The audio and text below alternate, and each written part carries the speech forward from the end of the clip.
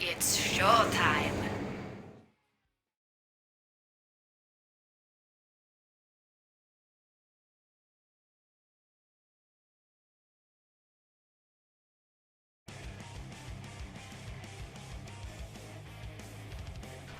Hello guys, and welcome back to the well, I say welcome back, but it's a new day, a new dawn, and it is 8 PM in the UK, 9 PM CEST.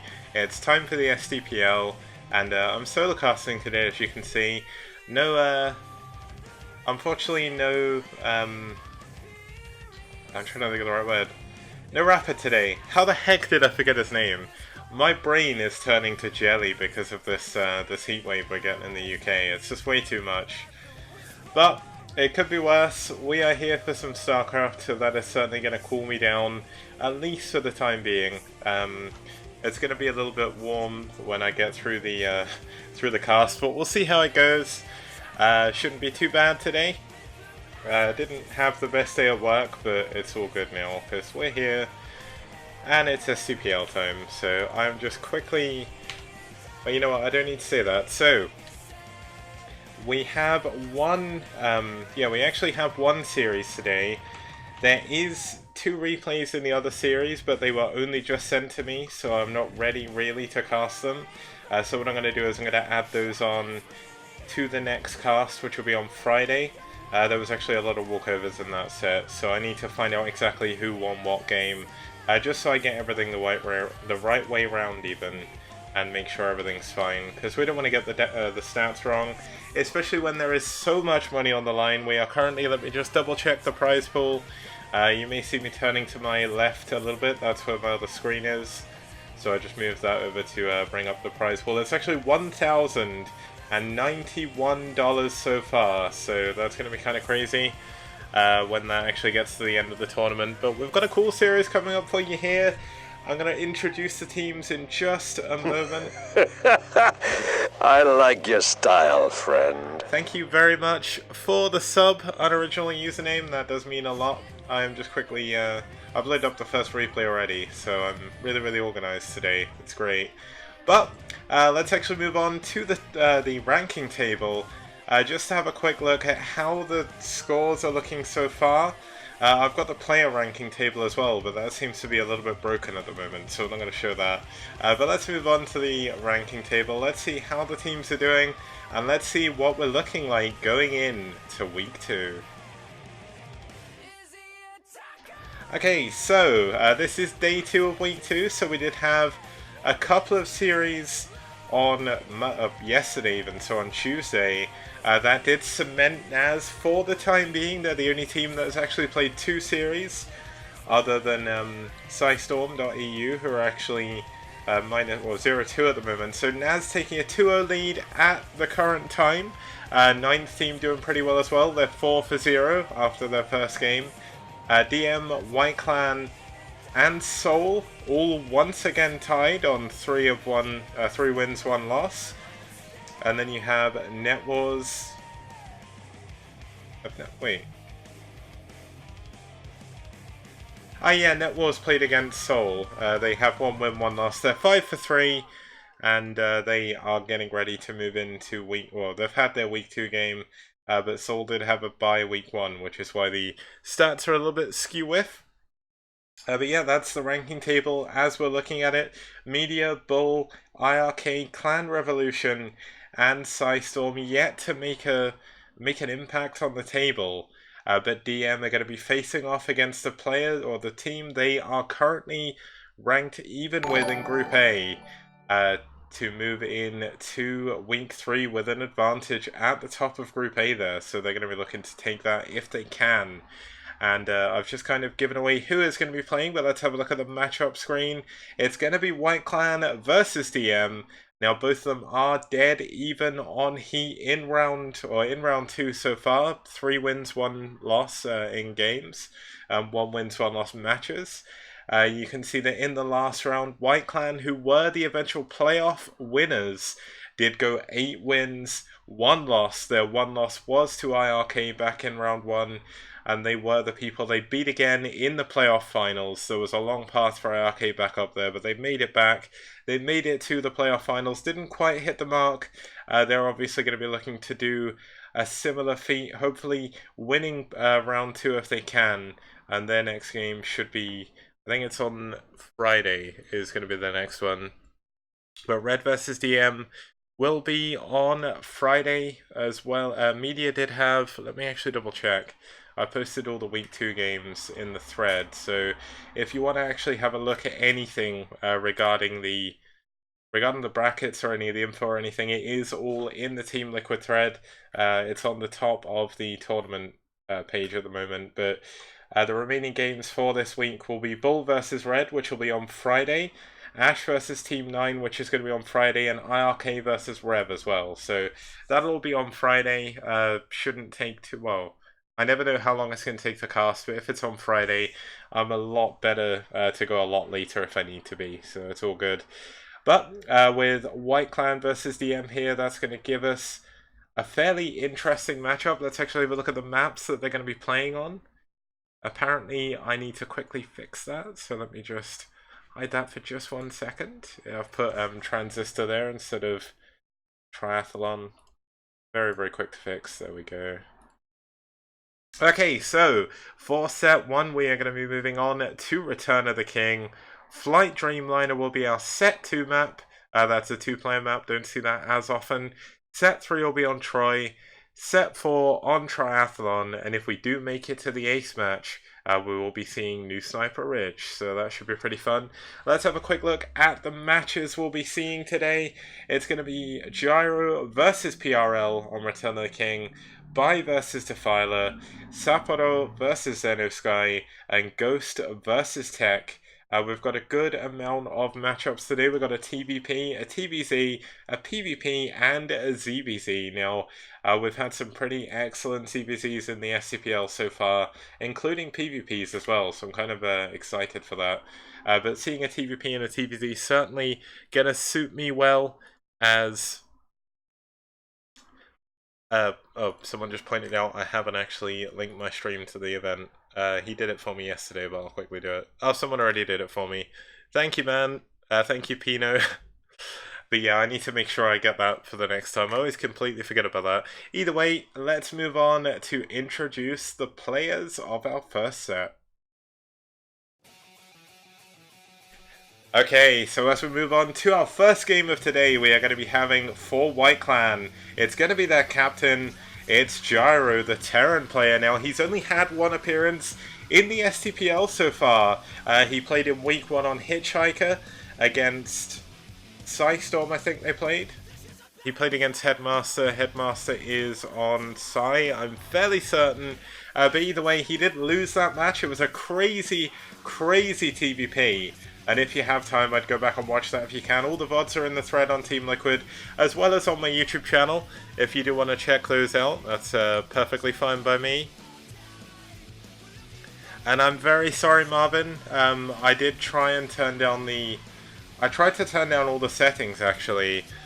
But basically, if you do want to check out the games, please do check out the VODs afterwards. I do apologize, I don't have the quality options. I went down as far as I could quality-wise without it looking really weird, so that's why that's still a problem.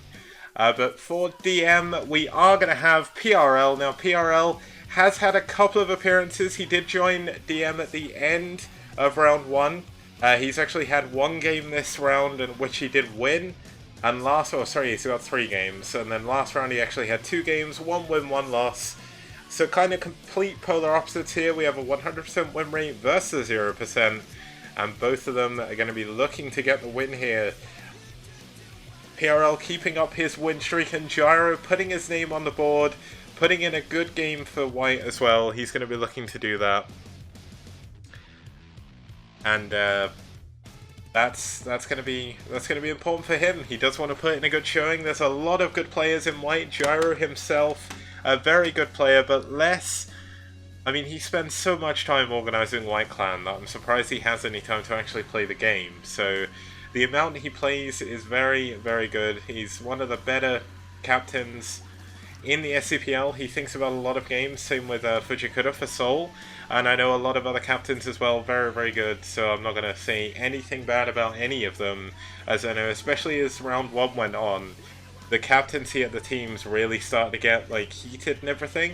But just to move on to the map that we're going to see in Game 1, I can always talk about that a little bit later. We're going to have Return of the King.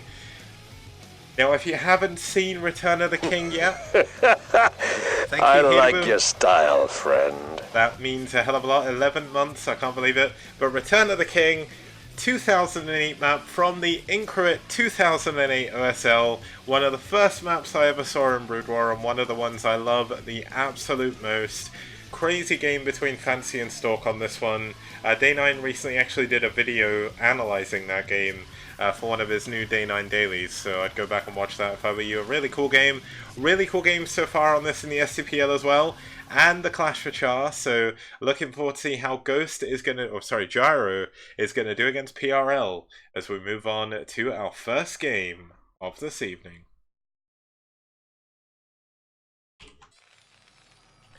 And starting us off here in the 2 o'clock position, we do have the blue Terran fighting his way for white. It's the captain himself, leader of the ship. It is Gyro in the blue.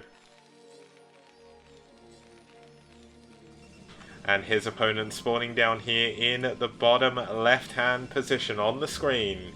We do have the Peach Protoss. It's going to be fighting for DM. It's PRL. Now, I'm going to say PRL because I'm not sure if it's Pearl, and saying Pearl is really weird. So PRL is a little bit easier to say, rolls off the tongue a bit better. But just while we have a little bit of lull at the start of the game, I just kind of want to point out how serious the captaincy actually got throughout round 1. Like, I think a lot of people, when I set up this league, were kind of thinking the captains would just send out lineups. But I know, especially in some cases, I'm not going to give out any names. We had people studying the other team's players. They were studying the way they were sending out players as well, and they were doing their best to actually snipe certain players with their own ones. We had a lot of sort of internal team chats as well between the team. Well, not between the teams, but inside the teams, trying to get better as well, trying to... Oh, it's not PRI, I think it's an L. And, I mean, DM White's here, he just proved you all. So it's PRL. If it was PRI, it'd be a little bit easier, it'd be pre, but I'm glad I saw that it was an L. We do have Gyro going for a wall. This is something you can do on this map. Now, the only issue with the wall that Gyro is actually doing is if you were to build the depot right there, he's probably going to have to build it a diagonal. If you build it right there, it makes it very awkward to get your units out. Meanwhile, back in PRL's base, we do have the gateway and the assimilator. The core will be coming up as well. The fairly standard play by him. Now, Gyro has added his gas on, so he's not going to be going for that 1 rack 6 band. A little bit harder to do it on this map. This is a 2008 map, and until Byzantium 2, that was in 2009, 1 rack FE wasn't really something that Terrans did. Like, it was... I think it was thought about, but in pro games, no one really ever tried to pull it off, and it wasn't until people like Up Magic, I'm trying to think of the other Terrans that were known for 1 rack FE back in the day. It was mainly the Eastro Terrans, I think, if I'm remembering correctly. They really sort of pushed the style, and eventually, after a couple of years, it did become standard, and now a lot of Terrans do nothing but 1 rack FE, so it's kind of interesting to see that. It's going to be a 2-gate coming up for PRL. Now, this is a strong build. This could be for Power Goon, where you get the Goon range and get double Goon and just put on a lot of pressure for the Terran. The benefit for Gyro is the fact that he's actually gone for this wall. It's going to be a bit harder to break. When you have a bunker, it is relatively easy when you're very good at the game to keep that repaired. But if you have one slip up against 2-gate Power Goon, you will lose your low ground.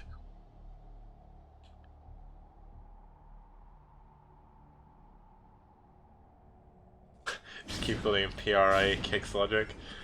You know what, it's probably because I've been saying some guy's name wrong, isn't it, Aggie, and you've got this wrong. But either way, it looks like the SCV is going to scout the fact there is 2 gateways. Doesn't see range though, which can be a little bit of a tell that something else could be going on. We could actually see, with the lack of range, a Nexus come up behind this, depending on what this probe is seeing. The probe is going to see that there's a wall there. Doesn't quite see the CC, so he's not really too sure what to do. Is he going to add the range on, or is he skipping up to a Nexus?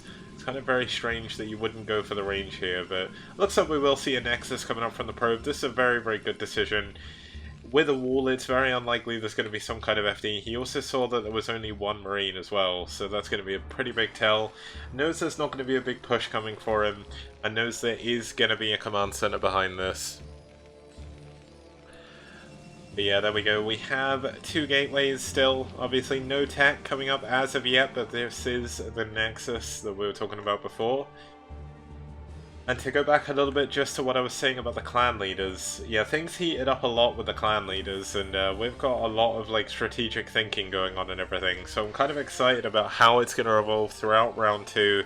Moving into round 3, we actually have a second factory coming up for Gyro. One thing I didn't actually point out is this is going to be like a defensive FD. There's not really that many Marines, but PRL could actually break this if he chooses to go in now. I think he needs to be careful of the mines. That could be a huge mine, and it is! What a brilliant mine, but still 3 Dragoons left just against a single tank, and they are going to push the Terran back to the high ground for now, and that tank is going to go down. The SCVs cannot get there to repair in time. And Gyro is going to find his ramp broken. Of course, there's only 1 Dragoon left in the main, but that's a very, very big win for PRL there. He only trades about 5 Dragoons for a lot of time. Like, when you go for this kind of a defensive FD style, you have very few tanks early on to defend. And PRL is doing a really good job of just keeping this Dragoon alive, keeping Gyro thinking about going for that rather than pushing out onto the map. We do have this SCV. I believe the Vulture went down as well at the beginning, so we won't see any counter Vulture pressure. That could be very good at this point. But we're going to see, following this up, a proxy. Now, is this going to be a Citadel, or is it going to be a Robo? I have a feeling it's going to be for Reaver. Yeah, we have a Robo already. Okay, maybe he decided against the proxy. Kind of interesting. I mean, it could be that he is going to go for a proxy Citadel and go for a proxy Templar Archives as well. But kind of dangerous. Now, we do have Gyro going for a starport himself, so this is going to be very important. The important thing for Gyro again is, once again, due to the lack of Dragoons, he didn't get the SCB in. He saw the Robo in the observatory, so he's going to be feeling pretty good about this. Now, PRL may have skipped out on going for the proxy, but this is actually going to help give him vision against any kind of dropship that comes in from there. Now, he could use the starport just to get this mineral in the 3rd, just to make sure he can ferry some SCVs up there, but looks like he is going to push for now. He's done a lot of damage to the Dragoon line, and his production's been pretty good. So he's got 3 tanks now, 4 Marines. That isn't all that much, but he's got these 2 Vultures. They do have mines to back this up. He has laid some mines in the back just to defend against any counterattacks. Now, is PRL going to be able to hold on to this? Did he skip out on any unit production to really try and force the tech through? And it looks like he may have done. This is a very strong push, but there is a shuttle, and that's going to help just a little bit. But a mine going down on top of the Dragoons. He is trying to mine drag. That could be a huge mine drag, and it is a huge mine drag going down on the tank, but another mine going down on both of the Dragoons there. Just completely decimating PRL's army, but Gyro is forced to retreat to the top of the ramp, and that is a very, very big moment in this game. Gyro could have possibly ended the game with that push, but that mine drag was enough to push him back, and that is why the shuttle is so important. But here we go, Gyro going for that patented Korean Terran style, pushing in the front to bring some units out to kill some units, and then sending that dropship around the back. But is PRL ready for this? He has 4 gateways. This is going to be when he sees the dropship for the first time. What is the reaction time like? It looks like it's a little bit slow. I think he's trying to control his observers at the moment. And with these mines at the top of the ramp, a huge mine going down again on Dragoon. So 1 more Dragoon is 100% going to go down. And this is just so much damage for PRL to be taking. These vultures trying to drag the mines on top of the probes if he can. But here we go, looks like we're going to have a Wraith coming in as well. Going to help try and snipe any shuttles that it can find. Of course, there is a shuttle here, nothing in it though. And all of the mines have at least been cleaned up. Now, looks like we did have the shuttle going for an early third nexus here at the mineral only. There's not that many minerals. With a dropship from the Terran, or a great mine again from Gyro, just really putting the hurt on PRL. I got a little bit excited there, I thought that was another shuttle, but it was in fact just an observer. Now, PRL is going for a hidden expansion. Now, this is just going to be a mineral only. That does allow him to build a lot of gateways, a lot of zealots, but it is going to be a problem when he eventually needs to worry about everything else. Looks like all the mines have finally been cleaned up. He needs to make sure he starts mining at his natural again. Looks like these vultures have moved in. They will have seen the shuttle going up to the mineral only, so that should tip him off that there is a base here. Now let's actually have a look what's going on back at Gyro's base. So he has his 4th factory coming up. He has a command center flying to the mineral only, and he's building a 4th command center immediately on his gas base. So he's going to be feeling pretty safe. He knows the unit counts have been heavily withdrawn even. Looks like we actually had a mine going off on top of the retreating forces. Unfortunately for PRL, he doesn't quite see that.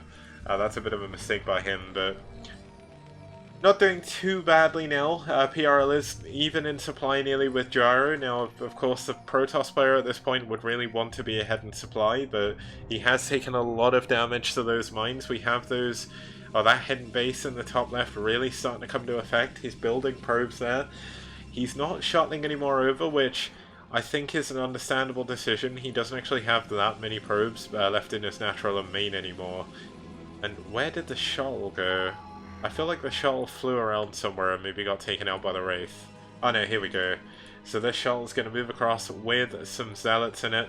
The Wraith looking to try and kill one of these observers, just juking out the way. We have the armory on the way as well. My ear is starting to do this weird popping thing that I've had ever since I've been on a plane, so kind of strange. But Gyro doing a pretty good job walling off his 4th gas as well, just really trying to limit any form of area that PRL can do any damage. Trouble is, does Gyro know about this base? He really needs to start to look about thinking to do something with it. Looks like we have Gyro moving around with some vultures, just trying to be annoying. The reason why this is slowly going to be a problem is if... oh, Gyro did actually scan the base. No, he didn't. Sorry, he was scanning the main. He was scanning for the tech. He sees the forge, he sees the Citadel. He knows that will be upgrading. He doesn't see a Templar Archives yet though, so that could be a pretty big tell for him. We could see an Arbiter Tribunal coming in soon after a Stargate. Recall definitely good on this map, but I mean you can build turrets all the way through here, but it's quite costly. It's kind of nice to build turrets at the natural as well. But still kind of costly. Gyro isn't going to be worried about that too much, knowing that he hasn't seen a Stargate. It looks like we have a little bit of mine clearing coming in from PRL, just trying to assert a little bit of dominance on the map. Don't want to sit too far back. If the Terran's allowed to push and get on top of this high ground pod, it can be very hard to break them out. Now, Gyro has done something very nice here. He's left a Vulture here to kill any probes trying to take that gas base. And it looks like PRL is going to send his entire army down here to defend this. Now, what are we going to see Gyro scanning for? Gyro didn't scan the other main. He's got a Vulture at either one just to see what's going on. Doesn't see an extra Nexus, but here we go. He scanned the natural. And look at the Great Wall of China here by PRL, blocking those Vultures at the last second. Really great move by him. And that's going to really limit the amount of damage these Vultures can do, and immediately cancelling those. Knowing that he doesn't want to get the unit stuck. Now, one thing is, PRL needs to be careful of the mines. The mines are still here. They're still going to do a lot of damage. He's moving out without an observer. But apparently it doesn't matter as Zealots kill the mines anyway. And Gyro finally up a +1 attack. Do we have any upgrades yet in play? We still have a little bit off of +1 +1 attack from the Protoss player. And finally, it looks like PRL is looking to be a little bit aggressive himself. There's only one tank defending this area. It's on the low ground as well, so these Dragoons are going to do a pretty good job. Now, what exactly is Gyro's response for this going to be? He's got a really nicely placed tank at the back, but there is a shot with 3 Zealots moving in. It looks like Gyro may possibly lose position on his 4th base, but no, Vultures and tanks streaming up from the bottom of the map, and that wall doing an incredible job to stop the Protoss units there. He does of course have Zealots in his main now, but he is certainly going to be able to hold on to this, and PRL is going to be forced to retreat. Now, one thing I want to keep an eye out for is just how much damage these Zealots are going to do. PRL did that without losing that many units, so that's very, very nice for him. Does delay Gyro's push just a little bit. Gyro, of course, could be waiting for 2-1. He is on 4 base, so he's going to be feeling pretty good about that. And it looks like the Zealots not doing too much, but at least getting a couple of SCVs for their troubles. Did get that tank, made the push a little bit better than it otherwise could have been. And PRL just looking to build up more and more units. Do we have any additional tech coming in for him? We do have the Templar Archives finally. Is there a Stargate? Doesn't look like it just yet. No additional bases for him either. He does have this 7 o'clock base now, which is his natural 3rd. So he's going to be feeling pretty good about that. Getting a decent amount of gas himself. This is certainly when he's going to be looking to move in to those higher tech units. Gyro still has units in his base. Looks like the shuttle will go down. This Dragoon is going to be kind of annoying. He did manage to drop two Vultures up there himself, so they are going to be able to clean up these Dragoons, but very barely. And that was a bit of a Hail Mary drop from that shuttle, unfortunately. Didn't really do too much. Did force Gyro's attention back to his main, though, which is exactly where PRL wants it to be. Now, Gyro hasn't taken position on this high ground yet, and it looks like PRL is going to try and bust in here while he has the unit advantage. Is it really going to be enough? +1 attack only for the Terran player. 2-1 is on the way, and this is where PRL really has to start being careful. He can't afford to be throwing big armies away. The second 2-1 finishes, he's not going to be able to hit a timing on the Terran army, and it's going to take a good couple at least of armies to really bust through that, especially on this map. And it's certainly been an interesting game so far. So what are we going to see from here? PRL going for the Kingdom style here. No Stargate, going straight into Templar.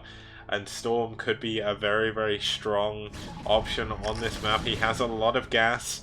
Looks like 2-1 will have just finished, or is about to finish. Gyro is certainly about to hit his timing here. He's got all of his army together. And this is where Gyro is going to look to want to push up to this high ground and try and make his way across the map. But this is going to be very, very dangerous. The Protoss army very well spread at the moment. This is going to be a very small choke for him to try and push up to. And the Vultures have been spotted. Now, is PRL going to overreact to this? It looks like he's sending the vast majority of his army here. And if he gives up position on this high ground, the tables could completely turn. But Gyro looks like in response he's going to move his units over and try and push towards the 12 o'clock and around the top as well. Now, is that going to work out for him? No, here we go. He is jumping into the middle of the map. He's scanned. He knows where the Protoss army is. 2-1 has finished. Just +1-1 for PRL. Now, PRL's army is slowly filtering in. The Zealots really bunched up. But could there be a huge mine drag? A nice Storm on those back tanks doing a lot of damage, but the Zealots have gone down. There's still a few at the front to soak a little bit of damage. But that is so much blue goo. PRL is going to have to fall back.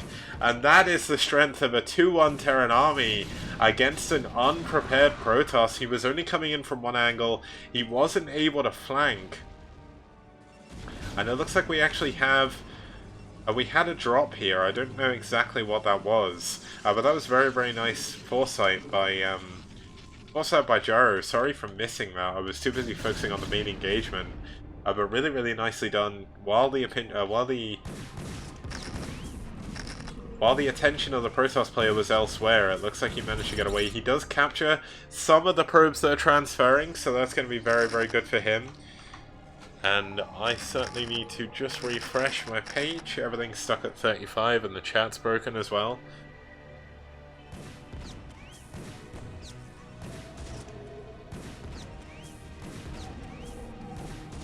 Oh, Jiro.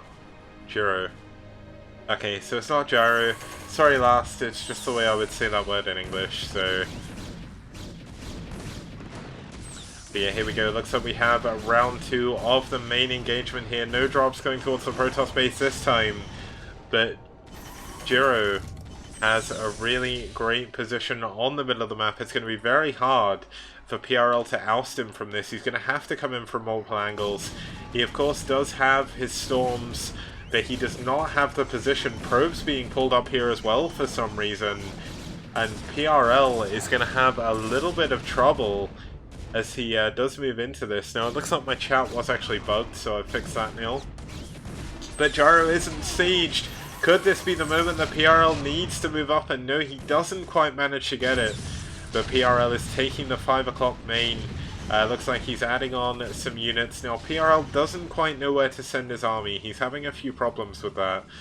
We do have a double Stargate as he does move in to that Arbiter tech.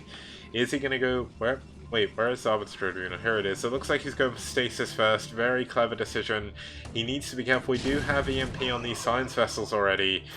But looks like PRL is finally looking to go for that flank onto Gyro's army. Or Jiro's army, I guess. I need to fix my English. But here we go. Looks like this could be the big moment that Jiro, for PRL, is waiting for. The army is pretty well spread, though, by Gyro. By Jiro, even. And PRL is pushing in from both angles at once. A nice D-Matrix on that front tank. PRL not controlling his army well enough. But it looks like he's focusing a lot on the control from behind. There's no storm on that high tempo, and it looks like PRL's army has been absolutely decimated. 4 observers on top of this army, all 4 of them going to go down. Not waiting for Stasis to finish. Kind of a big problem here. Looks like a couple of Zealots going to move around both of their macro. Starting to slip a lot. There is a lot going on here. Now I can hear a Vulture. Vulture actually taking out this gateway. DTs being added in response to this to try and hold on. But Jiro has the perfect location above the top of PRL's main, or his natural and his main ramp, and this is going to be the nail in the coffin, I believe. PRL is trying to hold on. That DT is certainly going to be enough to hold on down here, but what is he going to do against this amazing army outside the front? Unfortunately for PRL, taking that hidden base, not really paying off as much as it could do. He just got a little bit out-positioned by Jiro in this game, and it's certainly paying off for Jiro. What a great push by him. And PRL is going to lose his natural. There's not really too much Gyro can do. PRL can do. I keep getting their names mixed up now. I'm overthinking it. Looks like we will have an Arbiter going around. Is he going to go for a recall? I'm not sure I agree with that decision. I mean, it is the one thing he can do to try and oust this army away. But this Arbiter needs to be careful. 2 Marines going to take it. A little bit of health off of it, and Jiro is sending his army back to his main now. He knows that a recall is a possibility, and he is going to try and defend against this with all his might, but it could have been a fake, and it looks like it is. PRL pushes down his ramp with Stasis, and all of the tanks get cleaned up. The probes that were transferred before come back. The Arbiter did go down in the main, so it won't be able to recall, but that was in fact a fake. Recall was not finished. And what a great fake that was. That may have just saved PRL in this game. Now that dropship's still actually alive somehow. But PRL certainly needs to be careful. The base down here was taken out in all of this. I completely missed that happening. But there we go. We have the final tanks being taken up. Jiro, with a great use of his attention, actually sniped as many probes as he could there. PRL is holding on by the skin of his teeth. He's +3 attack right now. But he does have to be careful. Jiro is going for the position above his natural again. And I fear this could just be way too much. An EMP goes down on top of the Arbiters. And that could very well be what causes the end for PRL as units are blocking units from the gateways from this other main. He actually has 2 nexuses here to build probes. I'm not really sure I agree with this, but I mean, it is going to allow him to saturate that base a little bit quicker. He did have an excess of minerals, but he's got a lot of probes that are stuck up here. He's even building wow, he's actually playing the ultimate refugee toss style here. He's adding gateways down in the top left, and that's going to allow him to send some units up here, clear out this 5th base of Jiro. And just to point out, Jiro is running out of money at his bases. His natural is empty, his main is empty, his mineral only 3rd is going to be empty as well. And that's just a lot of damage for Jiro to be taking. He has a big bank though, but is that going to be enough to bring him back in the game? It looks like we had another bunch of probes actually going down. I don't know if they tried to transfer or something, but they did go down there. No extra nexus being added, so PRL is actually only mining off of 1 base. The storm does go down on top of the vultures and not the tanks. Unsure on that decision, but PRL is doing his absolute best. Looks like a lot of the army from PRL did get taken down again though. And that's going to be where the major issues come in. He doesn't have a standing army to even try and defend anything. And his final bases in the bottom left could very well be going down. He has some... he has a High Templar out in the middle of the map. Is he going to even be able to storm in time? No, he isn't. And I think this is finally going to be the death push by Jiro. He's on 3-2. Very strong upgrades for a Terran player to have. Some great storms on top of the tanks though. And that's so much damage. But is it going to be enough? I'm not so sure. There's no units left here whatsoever. And PRL is trying to do his best to add on more and more units here. Looks like the Arbiter is going to kill the dropship, which is something you don't often see. But he needs to really do something. He's not going to be able to get a pylon here to even finish these vultures, these zealots, I don't think. And this standing army that's moving into the main is going to cause him a lot of issues. We do have DTs. Probes have been transferred to the top left. He's trying to play the ultimate refugee style toss. He is South American. This is how they play, guys. And we are certainly seeing that here. He's doing his best to just stay in the game as long as humanly possible. You have DTs blocking the ramp even. But he's losing his bottom right base. He's got no gateways there. He cannot reinforce. His units in his natural have been taken down now. His main is under siege. And PRL, despite everything, is still trying to hold on. We actually have units going to be able to clean up these units outside his base. But as soon as the scan goes down, these are going to be cleaned up. And this is surely going to be, as Rapid would say, where we learn her alphabets, the A, B, C, D, E, F, G, G, G, G, G, because there is absolutely nothing that PRL can do here. He's losing his final 2 bases. A stasis does appear to try and save this base for the time being, but his probes in the top left are going to go down. His main is completely in tatters. He's got no way of holding on. And PRL is going to have to be forced to say goodbye to the first game in the series. He's doing what he can to hold on. He's actually pulled a kingdom even and blocked in some of his gateways, so he's playing the kingdom style. And man, are these going to finish in time? Because that is some next level.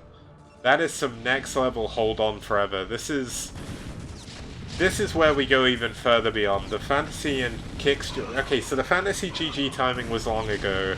The kicks GG timing was a little bit ago, and this is the PRL GG timing. He's doing his best. He's adding on 3 cannons. They're gonna finish, it looks like, but it's not gonna be enough. GG! And PRL is gonna take... Oh, sorry. PRL is gonna fall to Jiro in our first game of the series.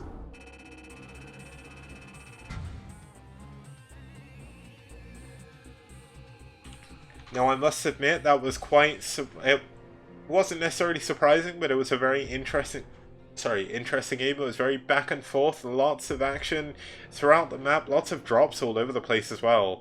And just while I load up the next replay, what I'm going to do is I'm going to pull it over to the intro, report the previous game, and turn my light on as well, because it's very dark all of a sudden.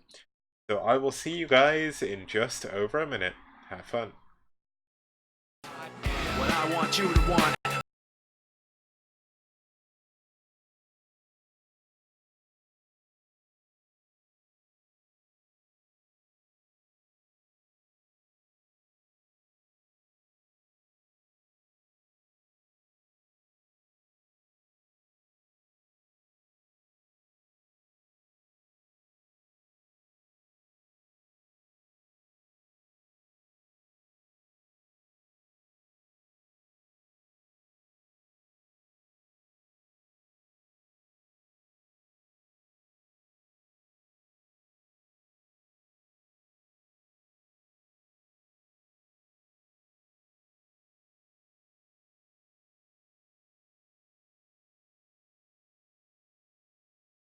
It's showtime.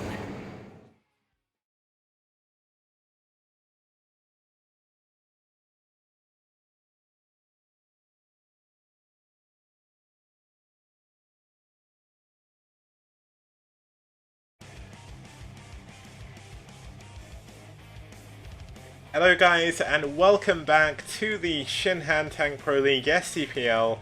I'm your host Kix and your caster for today, and also the organizer of the tournament. If you send me around, I've cast a few other things as well, but glad to see you joining me back again for the STPL. This is moving into the second game of our series for today. It's White versus EM, and let's not waste any more time. Let's actually head on over to show who the players are going to be just after I take a quick swig of water. And that is such a small mug, I didn't realise how small that was. Either way, let's move on over and let's get ready for our second game.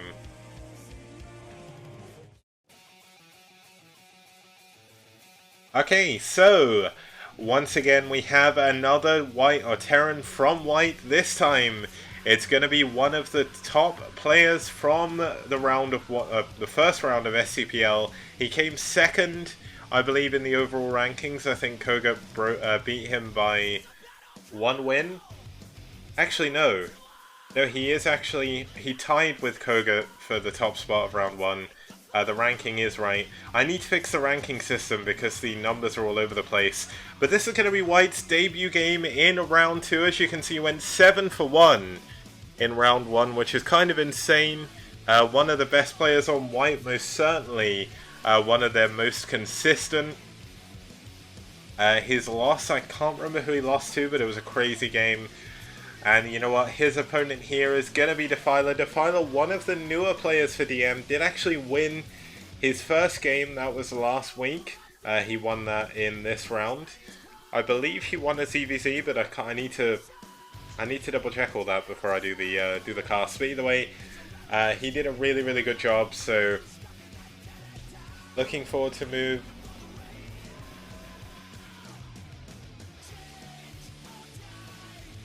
Okay, I just saw some weight on my phone. I'm going to have to make a phone call after this game. But either way, yeah, Defiler did a very good job at round 2 so far. He's not played in he didn't play in round 1. And this is going to be the map. So he's going to have a tough opponent here, actually, in FAMAS.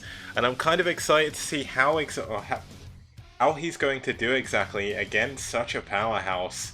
And his arena of choice, as well as FAMAS's, is going to be on Flight Dreamliner. Now, if you don't know the origins of this map was, I'm just going to double check, I think it was from the 2010 Korean Air OSL. I'm just going to double check. One thing, if you ever need to find out anything like this, TLPD is great, and yes, it was. It was the 2010 Korean Air on GameNet Star League Season 2. There was only... this was the only tournament it appeared in, and it's understandable why. It's based on a plane, and it was of course the Korean Air OSL. It is very similar to Ride of the Valkyries, a quite old school, very popular map. We have mineral only thirds though this time, in the bottom left and top right hand corners, and gas bases on all the other ones. There's 2 islands in the top left and bottom right, with a lot of dead airspace between the main.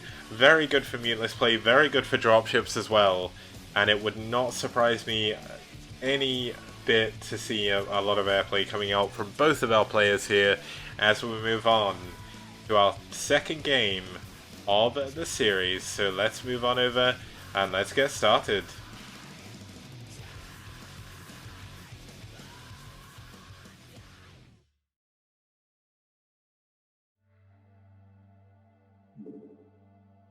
Okay, so in the top right hand 3 o'clock position, we do have the Orange Terran fighting for white, looking to take it 2-0 in this best of 5 series. Is going to be the Korean Terran powerhouse. It's going to be FAMAS.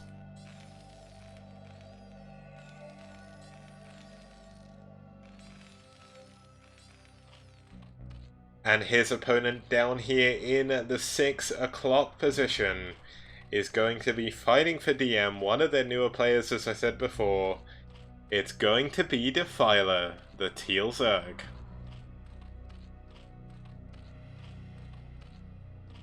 Now, of course, this is a 2-player map. You did have a little bit of an overview, and it's casted from replays, XEXE, but it's mainly because the game day is on Sunday, and if I was to cast all games, I would be casting for about 8 hours, 9 hours, which I don't have time to do, unfortunately. And also it gives more Brood War content throughout the week. And the other reason is it is a global tournament. There's players from all over the world, from Korea to, I believe there's an Australian player. There's also a lot of players in South America, Canada, Europe, Russia. There's players from all over the place, and the one thing that is a problem for any form of global tournament is lag, and especially having a caster in the game as well, that will only make the lag worse. And I want the quality of the games for the players to be the absolute best they can, which is one of the major reasons why I choose to cast from replays.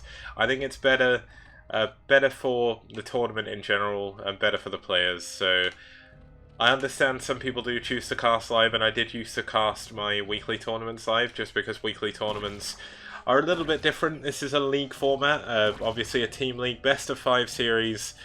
This is week 2, day 2 of the round 2 of STPL. We're 2-2-2 today, and if you want any of the information about round 1 or round 2, there is a results and standings thread on Team Liquid, as well as the round 2 thread with all the up-to-date information on the team rosters, the games, the upcoming schedule, and any results as well. So thank you very much for the cheer. I do have a minimum cheer to stop the text-to-speech going crazy, but I do appreciate it. Yeah, looks like Defiler is going to move his Overlord over. He will see the fact there is going to be a 1-Rax FE coming up from FAMAS. Now, FAMAS did go for a very early bunker. He actually bunkered before his command center. Now, this is a very open natural, which is one of the reasons why it can be a good thing to do that. And also, he did scout the very early pool, and he does see the Lings on his way. He just wants to make sure he doesn't die to anything silly. One of the easiest things to really really know about if you're a good player is the fact that if you feel you're against a player who's worse than you, you're more than likely going to think you're going to get cheesed. And I mean, that's exactly what he thought. He built the bunker just to be safe. It does delay his command center, but he is going to be able to go into a second Rax fairly early. He's going to get his refinery as well. So it looks like we're going to have 2 Rax Academy here rather than +1/5 Rax. A very strong build on this map. This map is, of course, from 2010. So it's not as old as Return of the King, but still a very, very good map. And one of my favourite 2-player maps, just because it plays quite differently to everything else. Now, I've played this map a lot, and I've played this map on TVZ a lot, and it's a lot of fun to play if you can survive to the mid-game and late game. And if there's one thing that FAMAS is going to be able to do, it's to survive past the early game. My big issue was I was playing nothing but games with Cadenzi. I played probably about 50 games versus her on this map, and by the end I was starting to survive the early game, but it took me a very, very long time because 2-hatch Mutalisks, very, very strong on this, especially if they're going to micro and you're not going to bio micro. So that was my big problem.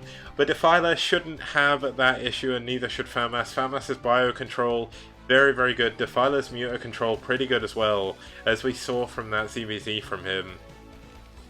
And FAMAS back at home, he is adding that academy, so 2 racks academy from him. Gonna see 2 medics starting immediately, and there we go, very important to get those as soon as possible, just to really start building up that medic energy, start to build up the position. And you know what, Chess, I actually did probably go like 2 in 50. But yeah, losing against players better than you isn't a problem. Like, I felt I improved way more playing against Gedenti, and it looks like FAMAS actually misplaced his command center slightly, so he's going to have to move that up. That's going to delay his mining at his natural just a little bit, and every little counts in a game of Brood War. Now we do have Stim Pack on the way. Looks like we actually have the Marines and Medics pushing out, trying to force a few extra sunken colonies here from Defiler, who so far has completely neglected to get any. So adding 2 creep colonies now going to be important. Now are we going to have Aspire? Yes, we are. Now, it could be a little bit indicative of what he was planning to do by skipping those sunken colonies. If you skip those early on, you often see a lot of lings, and as you can see on your screen here, this is exactly what he's gone for.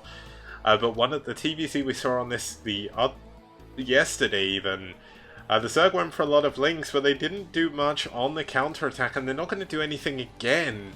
2 Firebats back here for FAMAS in defense, and that's going to be perfect. Now there are 2 sunken colonies, there's only 2 medics, so that's not going to be enough to really push into here and do too much damage. But Defiler is certainly going to be looking to try and get a counter-attack in when he can. Now we should actually have the Mutalist building right now. Looks like he didn't quite have the money saved up for all of them.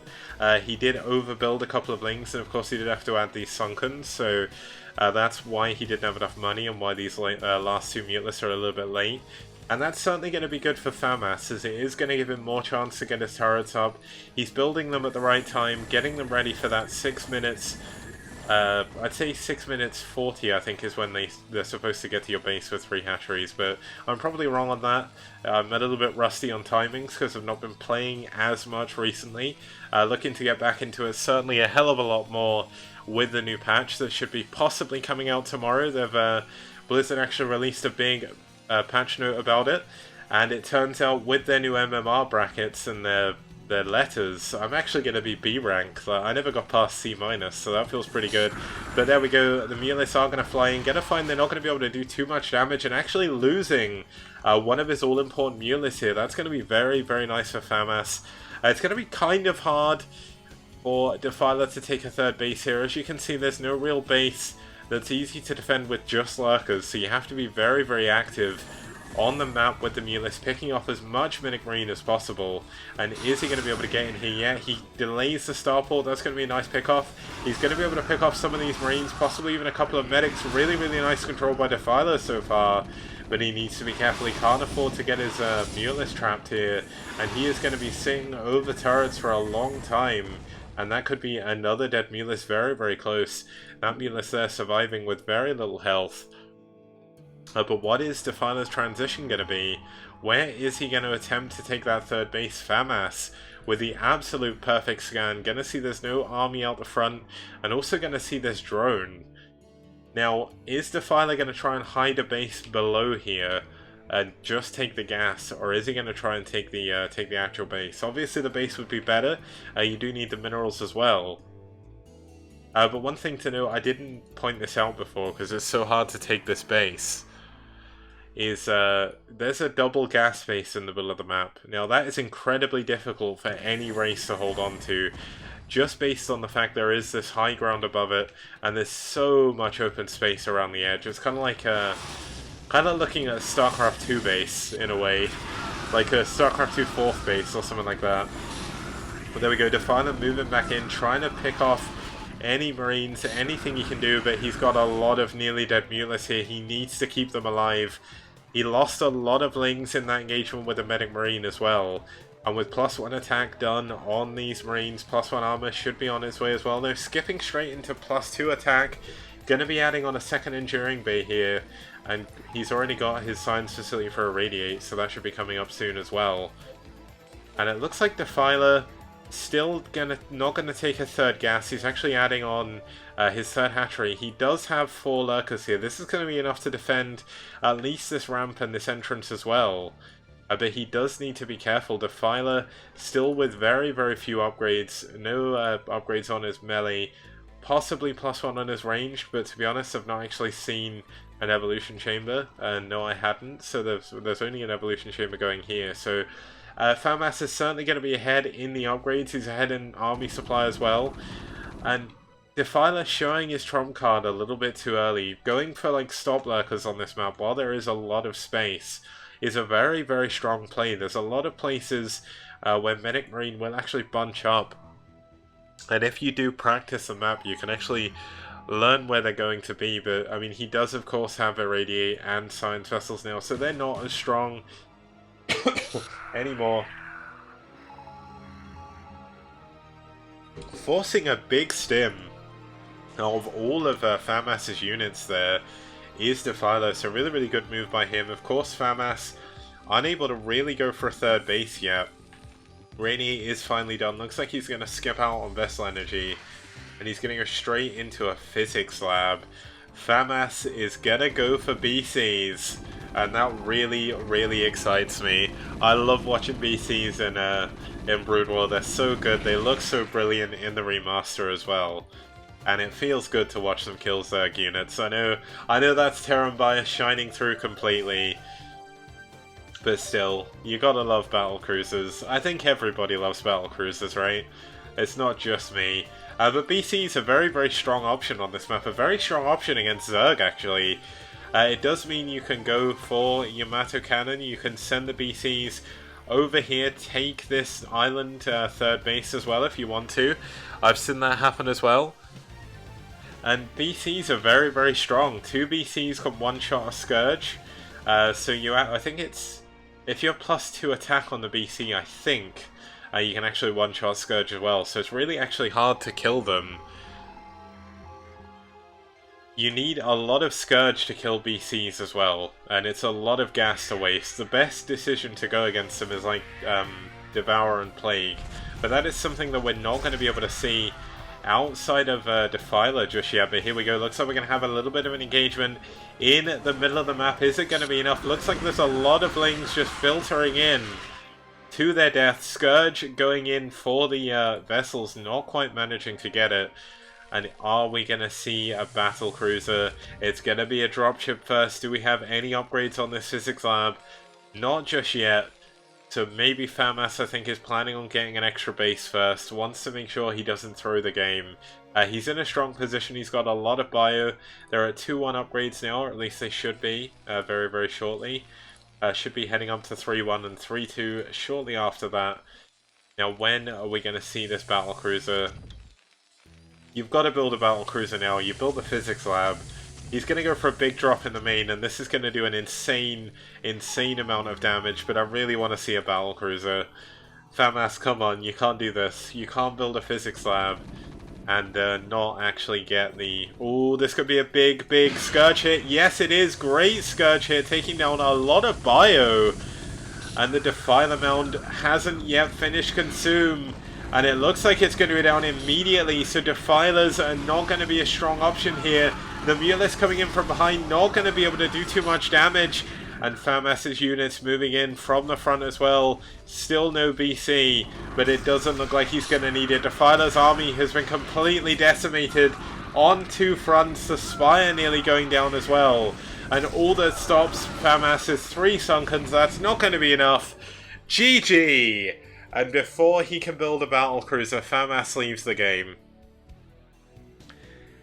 Even if he stayed in the game for 5 more minutes and just built a battle cruiser, I would have sat and watched it. FAMAS, man, you've not let me down. You played a good game, taking your team 2-0, but you didn't build a BC. The Physics Lab was a fake. But that was very, very strong by FAMAS. Defiler just didn't have any engagements that he actually won that game. And that was the big, big problem. Now I am just going to go and load up the next replay, have a very quick drink, and set up the overlay for the next game as we move on to our 3rd game, which is going to be on Troy. So I will see you guys in just a moment. Don't go anywhere.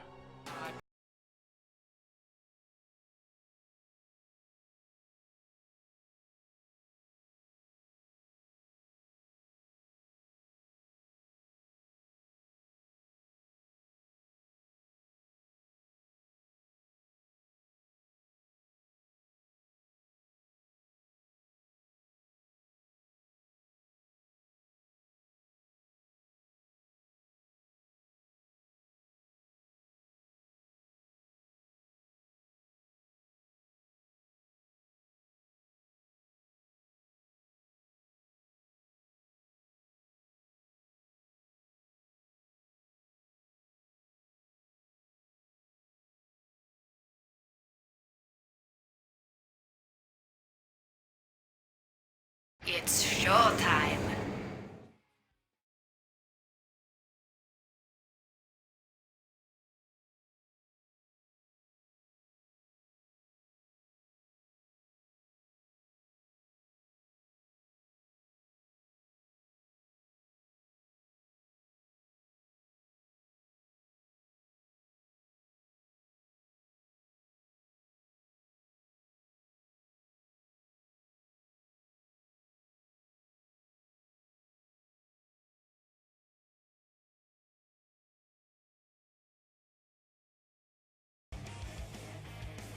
Okay guys, welcome back to the STPL. I'm your host Kix, the organizer of the STPL if you haven't seen it before, and we are in our third game of today's STPL. You're watching DM versus White, or White versus DM in this case, not that it really matters. And we are moving on to our third game here on Troy. So let's actually have a look at who the players are going to be, and we can have a look at what the next matchup is going to be. So let's have a look. Let's move on over to the overlay, and let's see who we're going to be watching next. Okay, so for White Clan this time, we have Sapporo.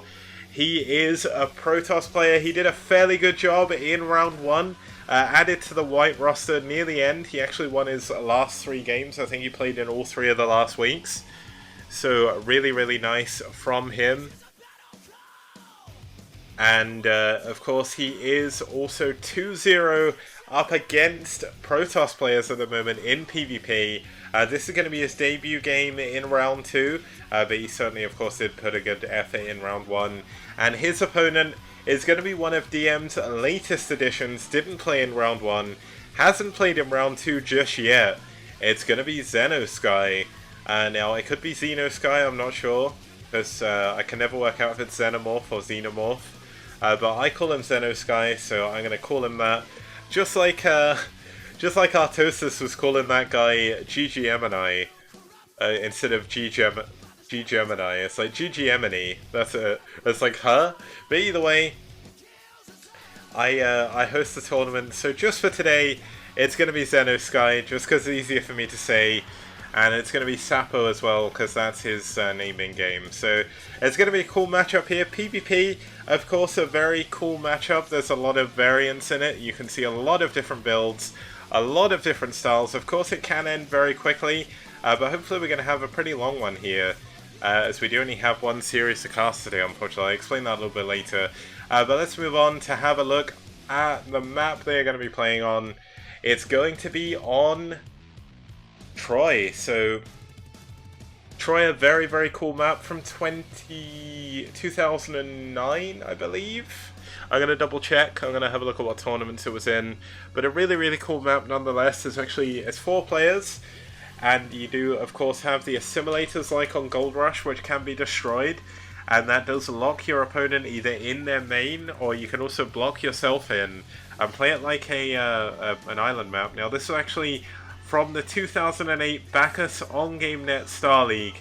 It was also in the WCG Korea Finals, the full MST offline preliminaries, full OSL offline preliminaries, the Ever on GameNet Star League, and the On GameNet Star Challenge Season 1 as well. So this map did see a lot of play. In professional play back in the day, there was 16 PvPs on it, and a lot of them were very, very interesting. So I'm very much looking forward to seeing how our players are going to play this out in this PvP, and interested to see how they're going to do against each other as they move on to this PvP for STPL DM vs White Game 3. Let's go.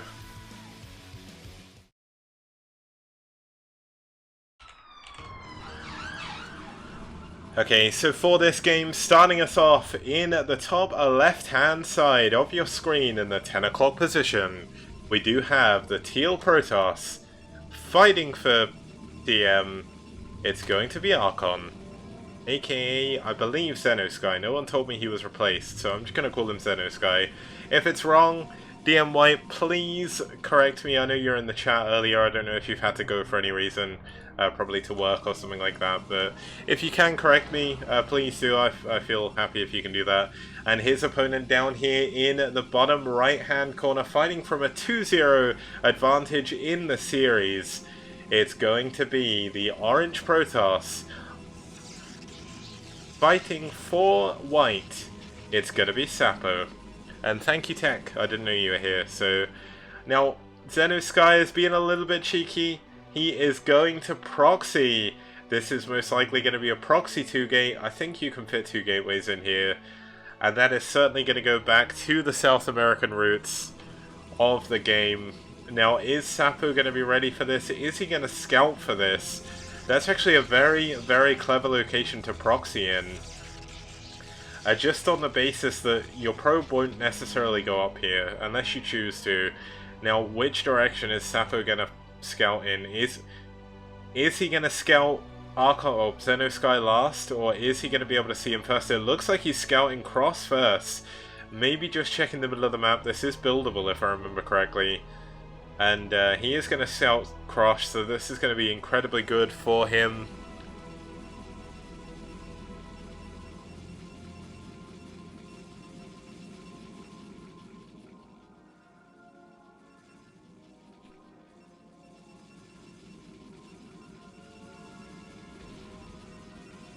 Yeah, looks like he's going to scout him first. He sees the fact there isn't a gateway in the main. He immediately cancels his Cybernetics core, adds on a second gateway as well, and that is going to be how he responds to this. Now, interestingly, Xenosky is not actually going for 2 gateways, he's going for a forge.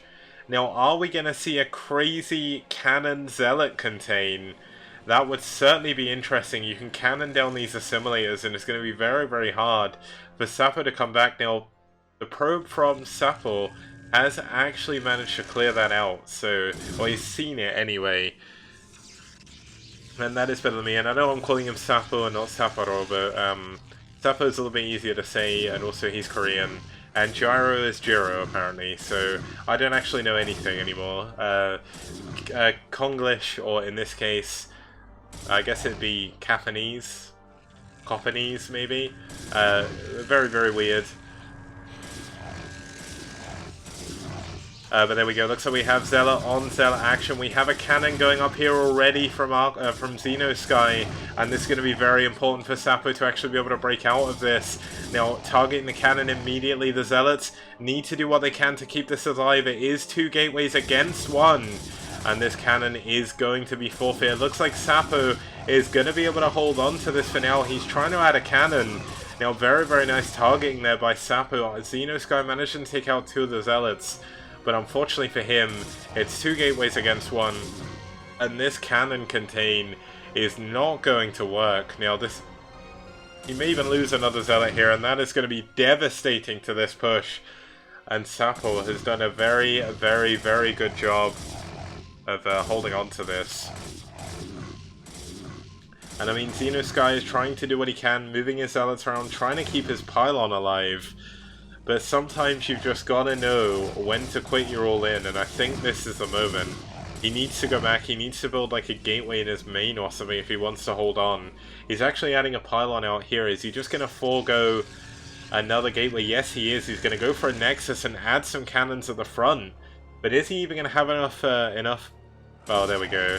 Yeah, looks like Sapo is going to actually depower this gateway, depower the forge as well. Going to completely stop any form of counter coming from that location. But is he going to be able to add on some cannons before then? He really does need these up, and he cannot afford to not have those cannons. If those cannons do not finish in time, a full-on Zealot attack by Sapo would actually kill him off entirely. But there we go. Look at Sapo. He immediately knows that cannons are going to be the thing that will keep Xenosky in the game there, and he immediately targets that first. Great, great targeting by Sapo. He knows exactly what he's doing.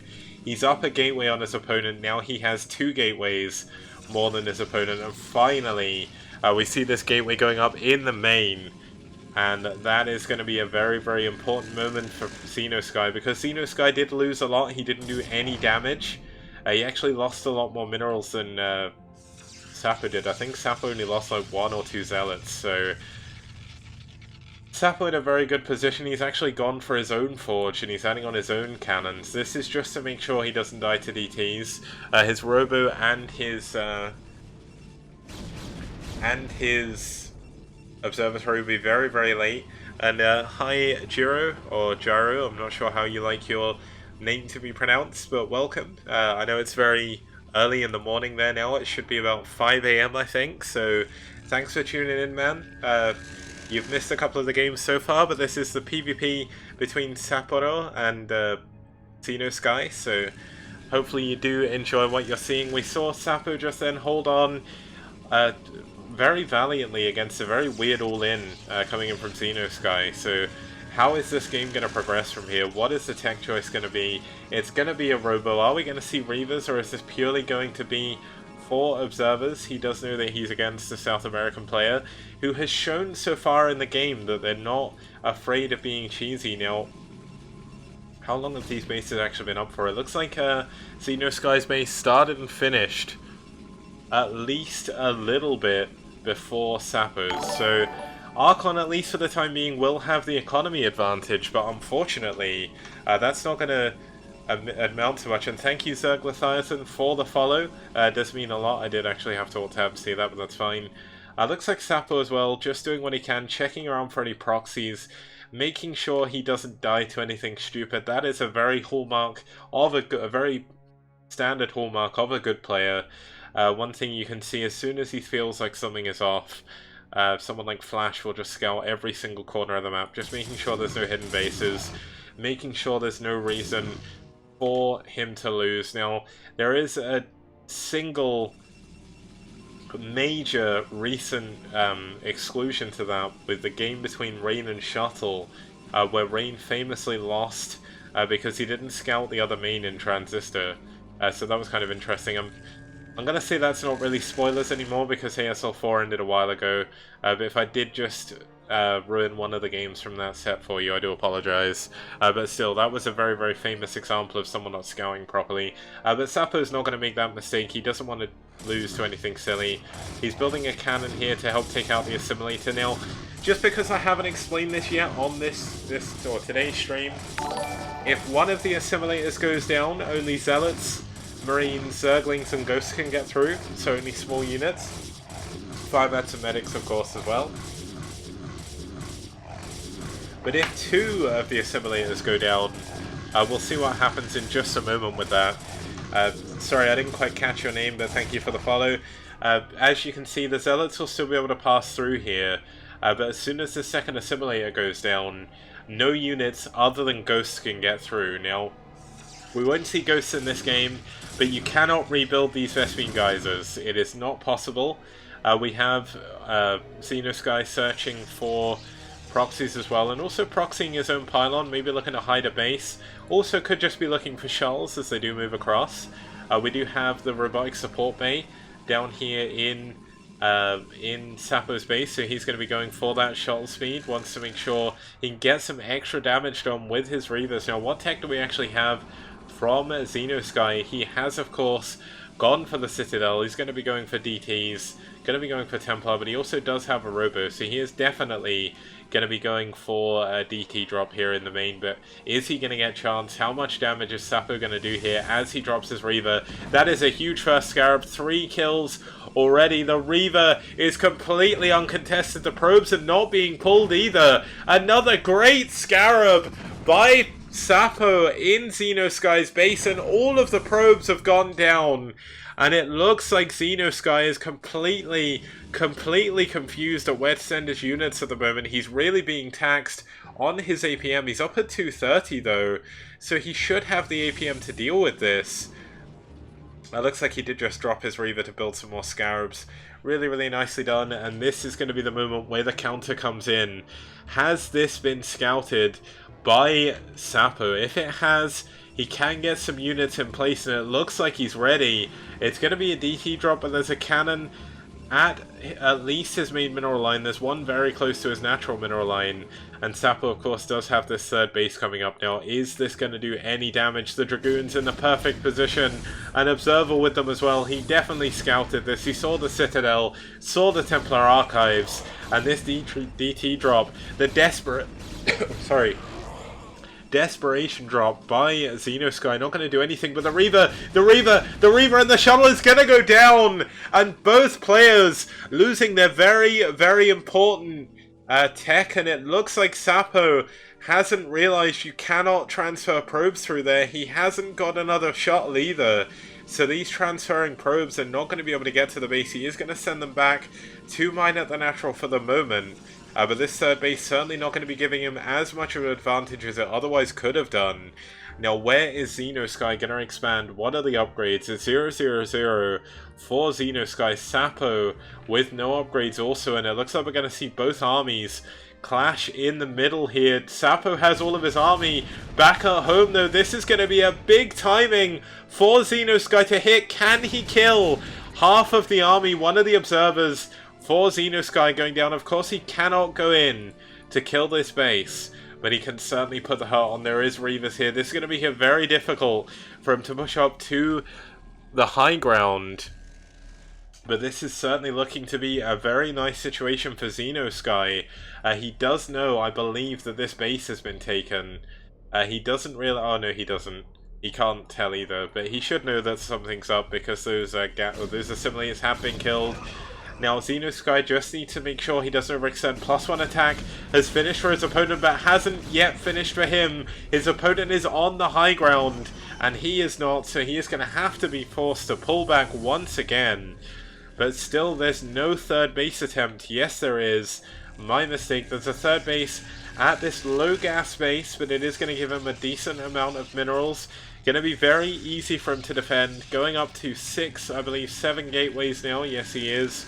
Sapo back at home up to 8 gateways already. He is on those three bases. Going to be a little bit easier for him to afford those. But what is the plan going to be here from Xenosky? Xenosky can't push in, but Sapo cannot push out. It's going to be so hard. Like, if we zoom out a little bit, you can see just how small this area is going to be. There's not many units here for Xenosky, though. So with good usage of the Reavers, he may be able to pull this off. We do have some just random Templar running across the map. I wouldn't really advise that in the most in most of the circumstances, but here we go. Looks like we're going to go up to 8 gateways, only on 2 base though from Xenosky. So 3 base. I keep forgetting this base exists, but look at this unit positioning by Xenosky. Absolutely perfect. Trying to stop anything coming out from Sapo now. Sapo, of course, does have the upgrade advantage. He's going to go into +1 armor before we even have +1 attack here for Xenosky. Now, Xenosky is finally going to get attacked, but here we go. The Reavers coming in at the same time. A huge Scarab going down on some of the probes, and every probe counts. Now, the poor Scarabs actually bugging each other out, but that's going to be a lot of damage coming in here from the Reavers. There's not really too much to defend. The Forge, the extra Forge is going to come in to help defend this, but there's no units back at home. This is the problem with setting up a contain, and all of the probes being forced to be pulled away. Are they pulled away quick enough? It doesn't look like they are. A lot of probes are going to go down here, but really nice bugging of the Scarab there with that one probe. But they need to be very, very careful. That is a huge, huge clump of probes. And if he doesn't have the army back here to defend against this, the probes pulling away. They're going straight into the path of the Reavers. They are going to get away though. Really, really nice usage of the army to block those Scarabs. And it looks like the 2 Reavers going to go down. How much damage are they going to do beforehand? Nice spreading by Xenosky. And the Reavers finally going to go down. But that's a lot of lost mining time by Xenosky. One of the major things you can see in this game though is Sapo has been maxed for a while, and this is going to be his move out. He knows a lot of the units are back at home here for Xenosky, and this is the anti-timing. There's no Storm. Storm is not ready, or at least he's not using it, and this is a huge, huge problem for Xenosky. He doesn't have the money to rebuild his army. He's losing a lot of tech units, a lot of Dragoons, a lot of Zealots, and there's absolutely nothing he can do. Does he even have Storm? No, he doesn't! Storm was forgotten earlier on, and that is the moment that could have decided this game. He's gonna retreat to his high ground. He's doing really nice target firing on these Archons, very important to do that. But this is just so many units from Sapo as they move up into the base. And this is such a big mistake that costs Xenosky the game, unfortunately. But Sapo with an amazingly powerful army, 1-1 upgrades against the 1-0, pushing up the high ground like it's nothing. And with so many Archons in the natural of Xenosky, there is absolutely nothing he can do. GG! And Sapo is gonna take White to a 3-0 victory in this series for today. But if you've not seen the STPL so far, I will say that there was a 4th game played, and if there is a game played for the STPL, I will cast it, because every game does count towards the statistics and everything for not only the players but also the teams. So let us get ready to load up the next replay. I'm going to take a quick few minute break just before we go into this last game. I just need about a 3-4 minute break just to make a phone call, and I'll be back very, very shortly. See you guys soon.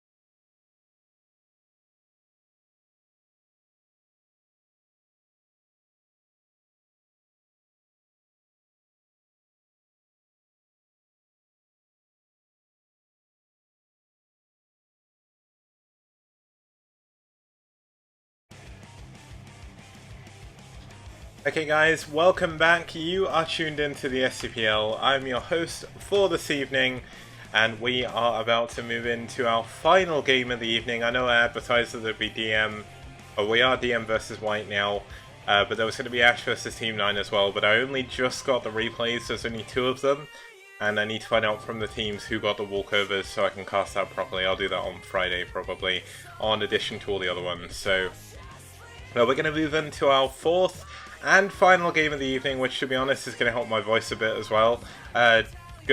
White did take a 3-0 victory, but if you missed what I said before the break, every game in the STPL is casted if it counts, so don't play the ace match if they didn't go to the ace match, because I won't cast that. That's not going to be counted. You can play it for fun though if you want to, if you got time after your 4 games.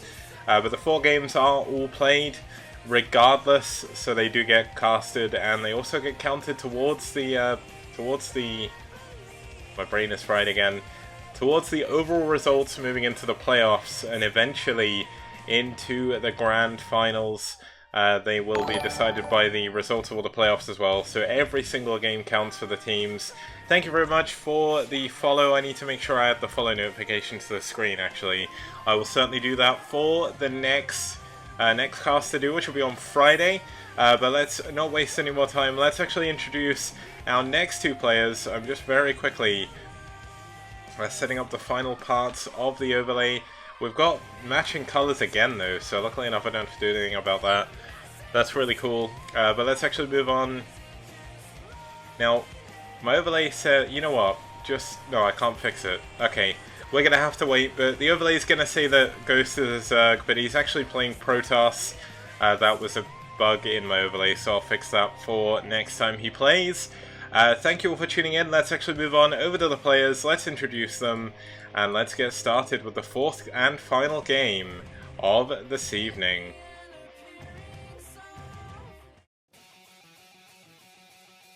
Okay, as you can see, for White in a 3-0 lead, he can take it 4-0, he can go for the clean sweep over DM. Now, of course, if you haven't seen these 2 teams face off before, that's because they were in different groups in round 1. White was in Group B, DM were in Group A. Did they meet in the... Yeah, they did meet in the playoffs. DM did lose to White Clan in the round 1 playoffs, and unfortunately they have lost again here. But they've certainly put up a good fight. We've had some very, very close games.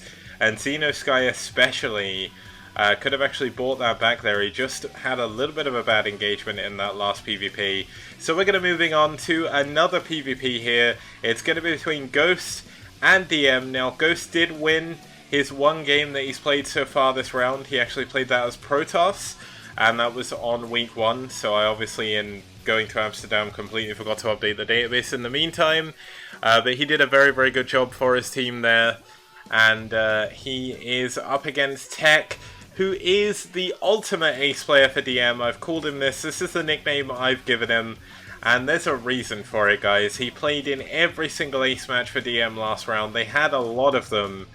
And I think Tech actually played more games than anybody else in the entirety of round 1. And it did put him in a very strong second. I know he was 3rd place in the round 1 ranking. I know the round 1 ranking on the screen is wrong. But basically, he was behind Koga and Famas. Behind Famas only because he had more losses. But he certainly did a very good job for his team. He's won 2 PvPs so far. And he did lose his week 1 game, apparently. I don't remember who they played, but that seems a bit odd. But either way, he's going to put in a strong performance here, as he always does. And he is going to be looking to do that as we move on to the 4th and final map of today. That's going to be Triathlon. Now, Triathlon was a map from the 2009 PD Pop MSL. There were some really great games on this map, and I'm hoping to see yet another one here. We've had some really good games in it so far in the STPL and the Clash for Char. And as you can see on the map, it's a little bit easier to see it here, but you see all the neutral eggs all over the place, blocking off the bases, even blocking off a gas in base natural. Workers can slide through that, but nothing else can, and they are cloaked by neutral arbiters. Now, as this is a melee map, just to confirm, you do not get the upgrades from the arbiter, but I'm fairly certain there was a UMS version of this map where that was used in the MSL that you actually used to get the upgrades from the Arbiters as well. But as it's a melee map, we won't be seeing that, so mind control not as powerful this time. It was very powerful back in the day though, and let's see how both players are going to play out this game in our fourth and final game of today.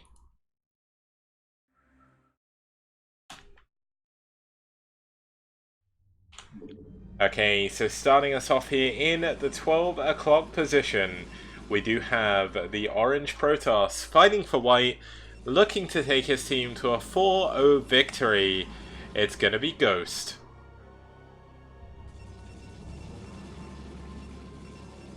Now his opponent down here in the bottom right hand side, I called him it before, I'll call him it again. It's the ultimate ace player for DM. He appeared in every single ace match on round 1 for them. Unfortunately, there won't be an ace match here. He is going to be playing for pride here for his team. As they move on to Triathlon, it's going to be Tech. Now, just to answer a couple of questions I've had in the chat about my front door. Basically, this is a 120, I believe, year old building. It's a listed building, so you can't change it either. So it's got an old style bolt system as well as a new lock at the top. So that is why there's there's only 2 locks and like a hatch, but very hard to break into. Don't anybody try, please. Thank you. And I don't own anything, so it's all good. But yeah, that is why I do have a door. There was a meme going around in round 1. I know I'm probably going to incite the flames here by mentioning it again, but people said I lived in prison. So there was a weekend where Rapid and Cadenzi came and stayed at my house, and we did a trio cast. And I said they came over to prison and then they were on bail, which is why they left. So that's why I have a weird door. So yeah, there was a prison meme. That's where that came from, if you're wondering. But if you are joining us for the STPL for the first time, I hope you've enjoyed the show so far. I've been trying to do the best I can to push the production as much as humanly possible, and I'm going to look to improve anything I can. I'm looking to improve the organisation as well to make things a little bit easier for the teams, and also to make it easier to find out the previous results and things like that. If you can, the best way to support would be to hit that follow button and watch again. Of course, if you can subscribe, please do feel free. And the best way you can actually, I lie, forget everything I just said, I don't want to be a shill. The best way you can actually help the tournament is there is a code for Maturino that I do not mention, and I don't mention enough. One of the sponsors of the tournament is Maturino. I do need to make sure to mention them a hell of a lot more. They've given me a lot of codes so far, over $100 worth of codes. There's another 50, I believe, to use. The first code was STPL1. They were all used up in round 1. So please do go to the Maturino page. That is linked in the chat by Nightbot. You can also do !Maturino, I think it is, to make that appear again. That will basically allow you to enter the code and put in a $3 to the prize pool. Now, going back to the game and stopping shilling, we do have a gateway gas for both of them. But we do actually have Tech going for a very, very quick second base. Now, there you go. You can see the eggs are at work. The Zealot cannot get through, but the probe did. And there's actually a Zealot from Tech in the main of Ghost right now, doing a very good job pulling some probes away from mining, getting one of the probes as well, and using that hidden probe to... Oh man, wait, did he kill his own probe, or was that a scouting probe? I'm not actually too sure, but either way, that's actually pretty incredible. Really, really nice usage of his early units by Tech, and of course, when this Nexus finishes, it's going to give him a very, very good advantage, as it's going to be very hard for Ghost to actually move over here and really do anything until he gets some form of shuttle. And now back at home, Tech is going to add on his core, going to add on his second gateway, and this is before we see the gateway or the second gateway or a Nexus coming in from Ghost. So really, really good usage of his early micro there by Tech. I mean, he's only at 190 APM, and he did a very good job multitasking there, so I want to give him props for that. It's not easy to make those kind of decisions, to go in with that kind of harassment, and Tech really showing how strong his PvP is really, really nice to see. I know if you are just tuning in as well, this is going to be the only series I cast today. The other series, Team 9 versus Ash, I need to find out the results of the walkovers. Ash were having a few problems getting players, and one of the Team 9 players didn't show up, so that was why I'm not going to cast that today. That will be as an addition to the Friday cast, which will be the same time in the same place. Hopefully I'll be joined by Rapid on Friday, so I'm not going to kill my voice, but I've been trying to take it a little bit easier today on myself. I had a hard day at work, so we do have the tech immediately coming up for Ghost. This is why he didn't opt to go for that expansion, as he is immediately going into a support bay. And this is where the problem is going to come in. Now, just as I said, Ghost is going to have trouble killing that probe, Tech is going to have a hard time getting through these eggs. Now, I believe the eggs have 150 health and an insane amount of armor as well. You see that a Dragoon been made immediately to kill off that Arbiter and try and break his way through. But the shuttle's done. The Reaver is going to be on the way as well after this Observer. And we do have shuttle speed coming in too. So the second shuttle speed kicks in, how is Tech going to be able to defend against this? Now, it's actually 200 health. They are taking 7 damage a time, so they do have like 13 armor, I believe it is, which is really insane. But it looks like Tech will, in fact, be able to get through in time. The Reaver not being built before the Observer, so that's really going to help him. Now, Ghost isn't sure what his opponent's doing. He has not scouted him. There is absolutely no way he's going to know about this base. As you can see, he hasn't seen in the main whatsoever. And this is going to be the problem. Now, it looks like Ghost is going to take this back base himself. We should see that Nexus coming up in a short little bit. As soon as that goes in, I'll try and check back on that. But we should have a Reaver on the way. Yes, we do. This shuttle is going to be able to move across and do some damage. But finally, the Dragoons break through, and they're going to be in here to defend. Now, there's a lot of units at his ramp. He doesn't really need to have them all here, but he doesn't really know what's going on now. Because Ghost isn't sure what's happening, he's adding on a ring of pylons. Now, this isn't for any particular reason. It's mainly to spot for shuttles. He's actually going for his natural. The Reaver has been loaded up, so that's going to look to try and do some damage. But just one Reaver isn't really going to do too much against this. As long as Tech has good reactions. I mean, he's up 20 supply at this point. I just thought I'd point that out. In case you hadn't already noticed, he is going to be able to repel this shuttle.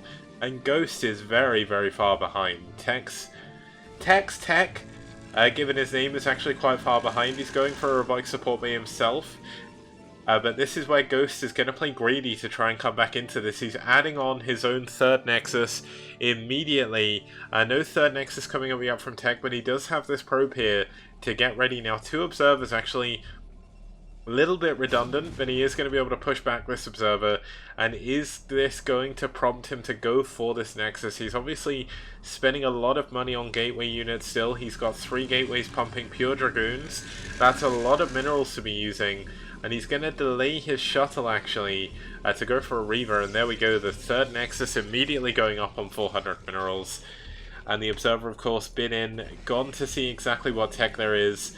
And we're going to see minerals being spent to actually kill these. Now, you may think that this may not be worth it, but you can see it only takes 2 Scarabs to kill those. So it's a lot more efficient. It's not efficient, but it's a lot quicker to get through. Allows him to transfer units over there. Really needing. And just to point out, yes, they are neutral arbiters, so they are cloaking the neutral eggs. That is why they're sitting on top of them. It's a map feature. I don't believe it's ever been used on any other map, so this is certainly a one-off triathlon. Led some very, very good games. I believe it was only in the PD Pop MSL. I think it appeared again in one of the later MSLs, but was never used in an OSL, never used in Pro League. And honestly, it's one of my favourite 3-player maps. Leads to some amazing games in all 6 matchups. And that's exactly why I put it in the tournament. And so far, in the STPL, we've certainly seen some interesting games. We have Tech with an incredible lead over his Protoss opponent here in Ghost. Now, Ghost does have this Nexus up. He's got it up a lot quicker. Looks like the shuttle's going to come back in. Can this do any damage? 2 Reavers dropping down. The Scarab, huge Scarab going down on the probes. And another big Scarab as well. A lot of Dragoons actually being taken down, but Reavers going down as well. But this is time for the counter-aggression. Looks like Ghost is completely ready for this, though. Moves his unit into position. But Tech is still in a supply lead despite losing that many probes. I really want to see how many kills that Reaver has, because that was a lot of damage to be done early on. And immediately picking up the Reaver, picking up a Dragoon, we're going to have a shuttle-on-shuttle action here. We have actually quite good coverage on the map by Ghost. Looks like Ghost could be looking to take the other main. This is going to be up to Tech to scout this before this goes down. Now there is a shuttle and a Reaver to defend against a Reaver and two Zealots. But of course this Reaver is going to be able to get a good shot off. The probes have not been transferred, but the Reaver is not shooting. The Reaver's not shooting, and only getting 2 kills there. Not as many kills as he would have liked to get, but here we go. The Reaver's going for another shot. Wastes the Scarab on the Dragoon, but will clean that up. And the probes will be free reign now. He's actually taking down the cannon. Wants to make sure he can get the shuttle out again. We're going to have Shuttle Reaver on Shuttle Reaver action. No more units here to defend, but this could be a huge Scarab. Oh my god, that's going to be so close. Is it going to dud? Yes, it is! And a perfect pullback by Ghost. Ghost is pulling his way back into this game slowly but surely. He's even nearly on supply. And with 5 gateways, even with Tech, his army supply is going up and up. Actually, Tech has 8 gateways now. I miscounted. So that's where Tech's supply lead's coming from just the sheer number of units that he's able to bring out onto this map. Now, the Templar Archives is now coming up for Ghost, but once again, the Tech advantage going to Tech. He's going to have the Storm done a lot earlier, and double Forge coming up for him now as well. He is going to start double upgrades and slowly try to pull his way into the lead, into the late game. His +1 attack going to be a little bit later, well, a little bit later as you would say, as Ghost has actually got his 4th base coming up now. He's building it in the middle of the map. Quite dangerous. I'm kind of surprised he didn't try and hide this base, but maybe he feels like he's in a good position. Looks like I did miss a Reaver drop, only getting 1 Scarab off though, and only killing 2 probes. A lot of the probes being forced to transfer away though. And there we go, a Dragoon moving in. Gonna see that is coming in. He knows there's actually no units here defending, so he's pulled the shuttle around. This is actually a 2nd shuttle, this one heavily damaged. Needs to be careful. How much damage is this going to do? The Scarab getting bugged out once again. Not going to kill any probes. And a Scarab and a Reaver going down for effectively free there. But that is going to force Ghost to keep a few more units in the base. As you can see from the top left or top right hand side of your screen, we do have an insane amount of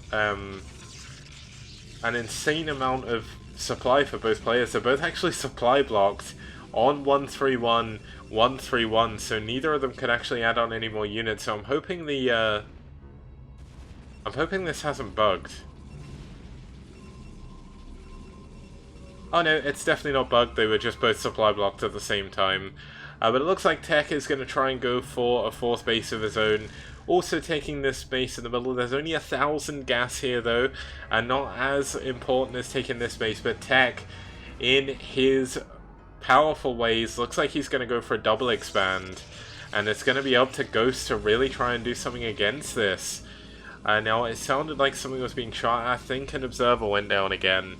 I didn't quite see anything else. Now I don't know if my chat is lagging or nobody's talking, but someone's saying I need to upgrade my brain, which feels like it's a response to this from a while ago. But hopefully everything's okay. My internet connection is usually fine, so we're up to 91 viewers now, so thanks all for tuning in. Now I can still hear... Here we go, we actually had a storm drop going down. Looks like the probes were pulled away immediately, so not that much damage being done. The cannon's cleaning up everything as well. Sorry for missing that. But DT's out in the middle of the map as well for Ghost, as Ghost is going to try and take this main. Now this is a very, very important base. This base has 5k mineral, 5k gas even, and it does give him access to the natural, but Tech is ready for this. He's scouted for it, and he knows exactly what timing this base is going to come up.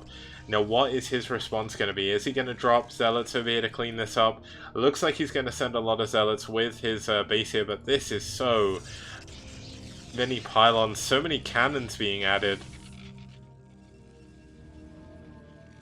And Tech looks like he wants to just brute force this down. He's going to elevate it into the main. There's only 2 cannons here at the moment.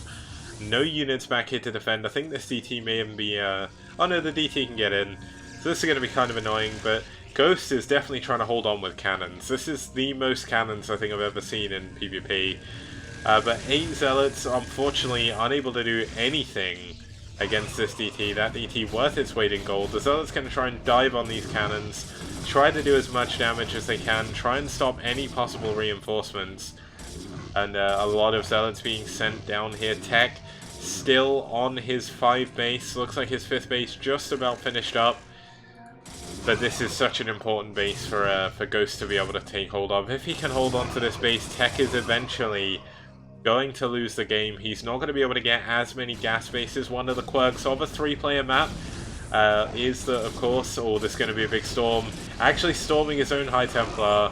Not getting that many probes, unfortunately. And the Zealots being cleaned up as well.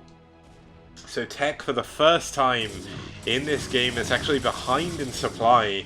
Losing those 8 Zealots, losing those units, going to be a problem. But as I said before, he is going to eventually have this upgrade advantage. +2 attack is coming in, but he's going to be up against 2-2 if he doesn't try and push in at some point.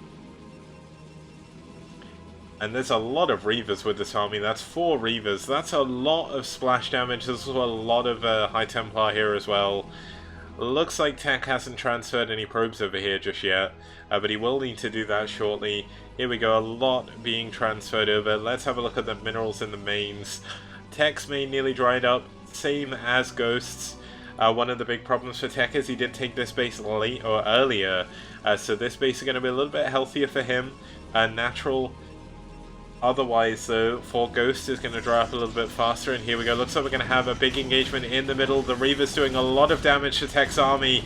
It looks like the anti-timing for Tech, as Tech's 2-2 has not finished. Ghost is on 2 attack at the moment, and Tech needs to be careful. He needs to take a good engagement here, or we could see the comeback of the century by Ghost. A nice storm does go down on the back. Dragoons. Another nice storm as well. This is so much AoE damage going on from both players. Storms absolutely everywhere. It's really hard to take note of exactly what's going on in this fight, but it looks like Ghost just has the superior army. The +2 attack doing so much damage, and Ghost is surging ahead in supply. The cannons left at the 4th base are all that's left, and GG! And an incredible comeback. Ghost wins with the 2 attack push before 2-2 finishes, and despite being behind in bases, behind in tech, Ghost with the superior upgrades pushes his way through to take White to a 4-0 victory. And now I'm actually just going to take it back to the, not that screen, to me, as I'm going to bring up the results and everything and just get ready to close off the stream. So that was an insane PvP. I don't actually know how Ghost came back and won that, if I'm going to be completely honest. Good Reaver Scarabs, I guess. He had good Storm as well. But Tech just getting caught a little bit out of position. I always feel like if he'd have pulled back to his cannons, he would have been in a better position. That's a little bit unfortunate for him. But that will take White to a 4-0 victory today. So a great job by them. They are going to be looking to that, looking to take themselves into the playoff finals again if they can. And a really well played series by White there. Let's actually bring it on over to the results screen, and we can have a look at exactly how those games panned out, and I can close out the stream from there. So let's move on over to the results. Okay, so as you can see, +1 win for White Clan, +1 loss for DM. Unfortunate for them, they put in a good series, but unfortunately they just weren't strong enough on the day. They had some very nail-biting, very close games though, and just a few little strategical mistakes did cost them the game. And Jiro taking the winner, or Jiro taking the name over PRL, FAMAS2 taking the game over Defiler, Sapporo taking the win over Zenosky on Troy, and Ghost finally taking the win on Triathlon against Tech. Now, just to bring it back to the camera a second, and just to close off the stream, there would have been a second series today, Team 9 versus Ash, but unfortunately I didn't get the replays until just now. There was 3 walkovers in the series as well, so there were only 2 games to cast. So I said I'd do that on Friday. I don't have the today or the next matchup screen ready, so I can't really show that off. But basically, on Friday we will have the remaining games from round 2. Now, just to bring that up, from round 2, week 2. So we're going to have Team 9 versus Ash. Let me double check the other games because I don't want to get this wrong. I believe it was IRK versus Rev and Soul versus... No, it was Red versus Bull, I think. Let me just double check the thread, I don't want to get this wrong. Okay, so it's going to be on Friday, Bull versus Red, IRK versus Rev, and Ash versus Team 9. Once again, I thank you all for tuning in. Hopefully you enjoyed the show. I will be back on Friday, same time, same place, 2100 CEST. Hopefully I'll be joined by Rapid then as well, so I'll have a co-caster. Have a very good evening, a very good afternoon, a very good night, and a very good morning wherever you are in the world. And see you guys next time for STPL. And I hope you have a wonderful night. See you guys later. I'm going to find someone to host as well, so cheerio.